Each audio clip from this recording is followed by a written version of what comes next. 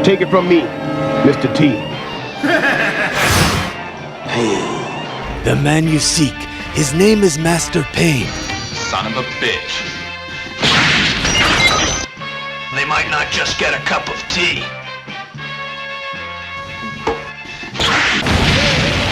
This drink, I like it. Another! I couldn't give a shit who this area belongs to. I just want to shake some sense into you kids.